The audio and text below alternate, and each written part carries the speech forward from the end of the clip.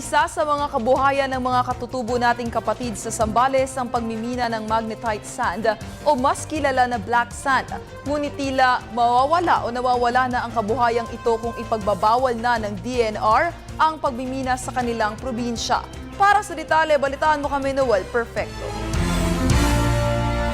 Oo sir, malaking tulong po sir yan. Oo, kasi dyan na pag walang hanap po yung tao, dyan kumukuha ng kunting pagkain lang.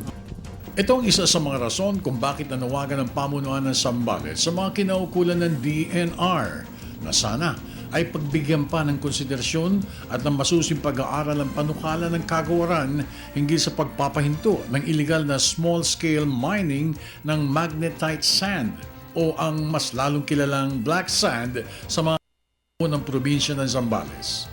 Tatlong naglalakihang mga daluyan ng tubig sa rehiyon ang kasalukuyang punong-puno ng lahar siltation o ang kinatatakutang pyroclastic materials nung kasagsagan ng Mount Pinatubo eruption. Isa rito ang Bukaw River sa Barangay Botolan.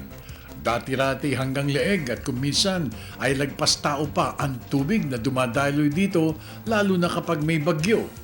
O yung mga masisipag at kung titingnan nyo, aanin mo yung nandiyan lang naman yung black sand, ba't hindi mo pa ipakuha sa kanila?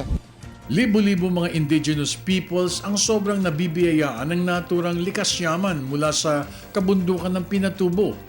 Ayon sa mga ito, hindi na sila bababa pa ng mga lungsod para mamalimos sa mga sasakyan at kabahayan. Dahil sa biyayang nakukuha nila sa Bukaw River ay sapat na para sila mabuhay ng matagalan. Sa po, talagang nakakatulong talaga sa amin dahil hindi na kami nakakapag-uling. Yan na lang po. Pero para sa amin, sir, mas maganda hindi na kwento para kahit papano may mga pangkain yung mga katulad ng mga walang trabaho ng ibang tao. May pagkain, pambili ng pagkain. Mismo ang barangay kapitan ng lugar ay nanawagan sa mga kinaukulan ng DNR. Malaking bagay po, sir, dahil yung walang trabaho na nabibigyan na po ng pansamantalang hanap buhay kasi yung wala po. Kaya malaking tulong ito na inupin po ng aming gobernador. Malaking tulong po para sa amin.